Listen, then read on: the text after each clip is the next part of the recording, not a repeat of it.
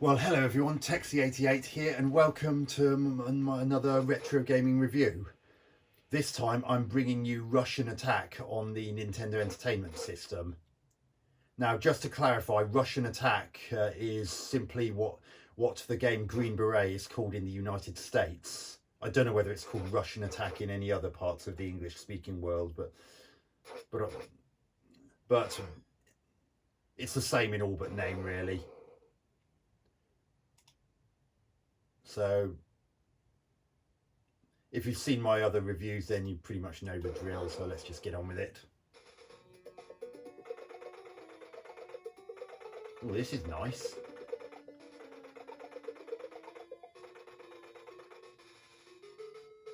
That's a nice background, especially for the Nintendo Entertainment System, an 8-bit machine.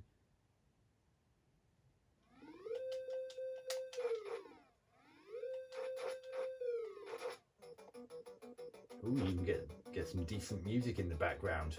Not like that horrible tune that you got on the Amstrad CPC version, which I reviewed not so long ago.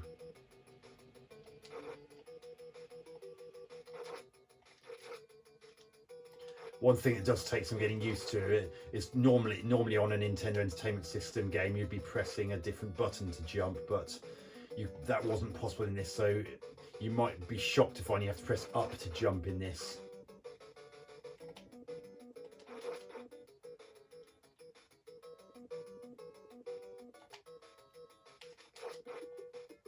Controls are nice and responsive, nice colourful detailed graphics.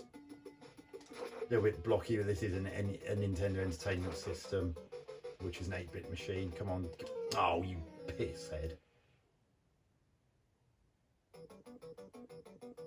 I don't think that's right back at the start. I mean, I could be wrong, but... Oh, okay. I thought I was going to land just in front of him. That's definitely back at the start, though. I recognise that bit on the far left.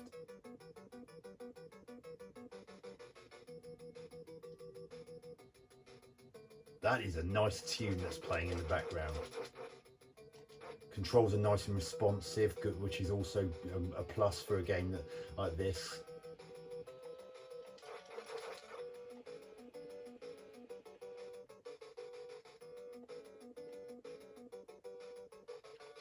Despite the fact you're pressing up for jump, which is unusual for a Nintendo Entertainment System, it actually responds fairly well. Oh! I didn't actually know he was going to jump kick me until it was too late, which is actually another complaint that I had about the Amstrad CPC version. That sprite was a bit flickery, which is a bit of a shame.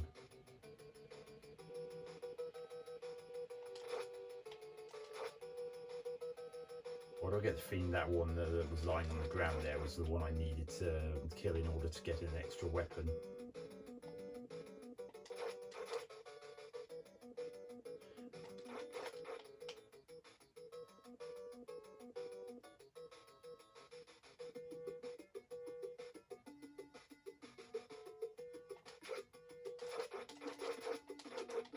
Ah, I completely forgot that was a jump kicker.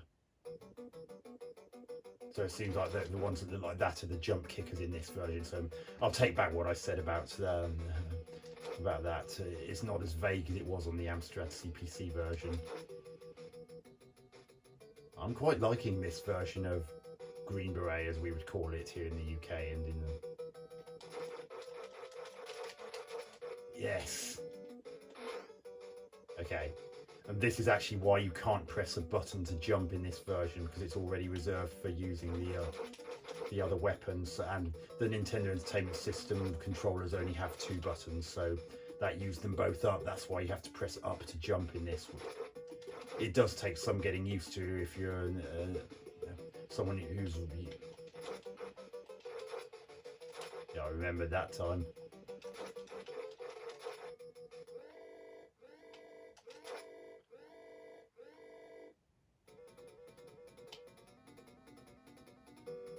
Bit flickery when there's a lot on the screen though.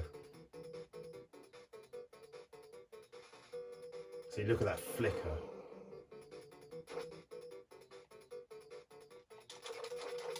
Oh, nice.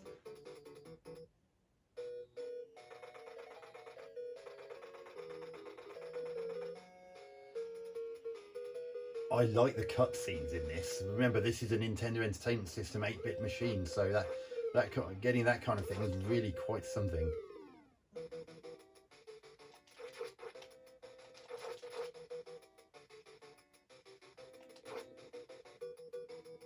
Oh, I forgot he was a jump kicker.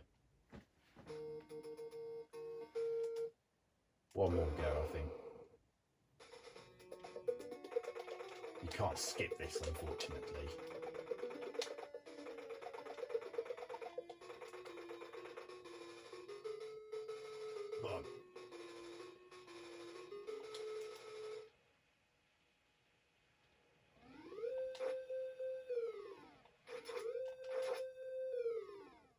But yeah, I'm actually liking this version. And for what I understand, this version even has a simultaneous 2-player option. I believe it's the only version that does. So I was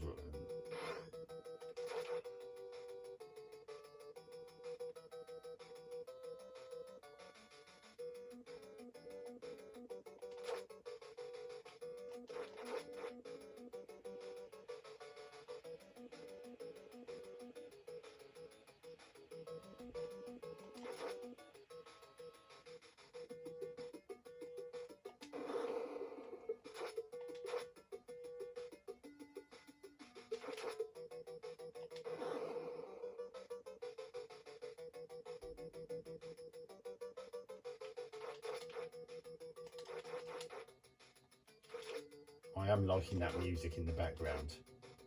It does help to add some atmosphere. Oh, complete. It's very easy to forget which ones are the jump kickers if you're not used to this version, which I'm not. I've actually never played this version before. So what you're seeing here is my only experience of the Nintendo Entertainment System version of Green Beret, or Russian Attackers, as it's known in the States.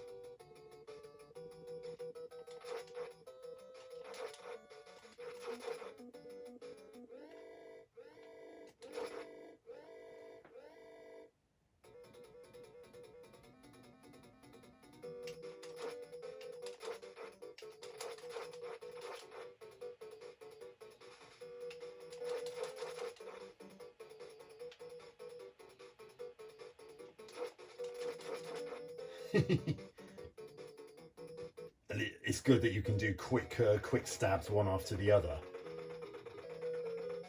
And yes, Amstrad CPC version, I'm talking to you about that because you could, in that version, that was blooming impossible at the best of times. It was so unresponsive in that version.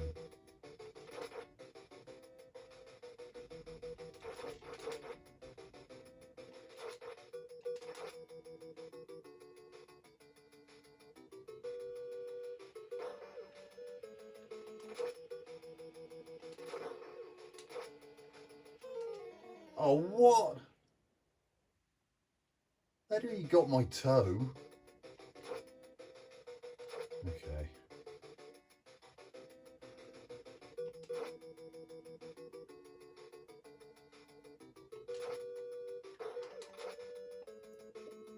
Oh, I was trying to jump to the left and you can't. What? You can't. And you can't actually change direction mid-jump in this, which is another thing that takes some getting used to, because in a lot of other games in which you jump, you can.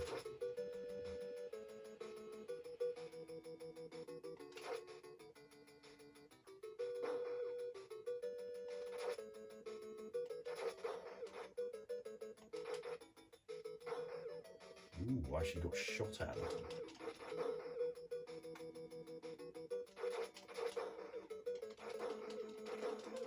Oh, what? I stabbed him.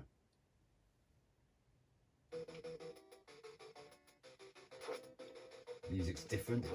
Oh God, nearly died then. This is my last life. Once this life's over, I'm going to end the review and give my verdict. Oh, never mind. So there you have it. The Nintendo Entertainment System version of Russian Attack, aka Green Beret. A very solid port indeed. great graphics, especially for an 8-bit machine, especially one that's not even from the 1990s. Responsive controls, which is always a big plus, especially as the game's is not exactly the easiest one in the world. Nice use of colour, and sound is probably pretty much as good as it was going to get for the Nintendo Entertainment System. And as you saw there, you can actually use the special weapons to take out mines, which was something you couldn't do in the CPC version that I reviewed previously. Gameplay is very good. I mean,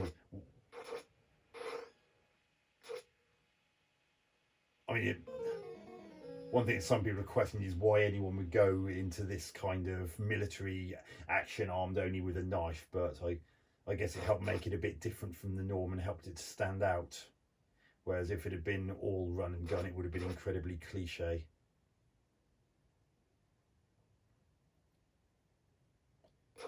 But yeah, I'm actually really impressed with this version.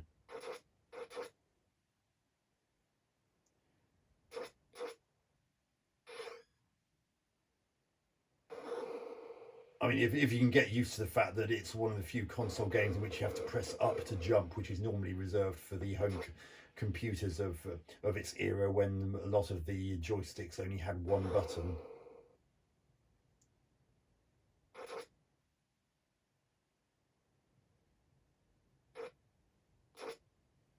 And I have to admit, I was a bit worried about the fact that this guy seemed to have a really short knife, but it's actually quite generous with him, and you don't have to be pretty much practically kissing the enemy to be able to hit them with it. And as you saw, if you've got a whole run of them next to each other, even when airborne, you can multiple stab even while in mid jump. So all of that has been carefully programmed and thought out. So hats off to the programmers of this superb version.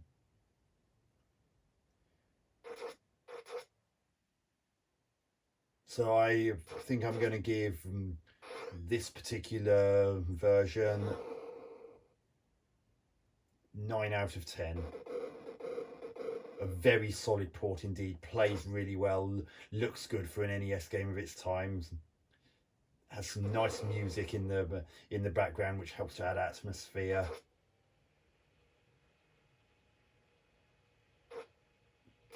So very good port indeed, highly recommended, especially if you've got a second person in the room with you who can take advantage of the simultaneous 2-player option that I believe is unique to this particular version. So I hope you enjoyed that review. Texie88 out.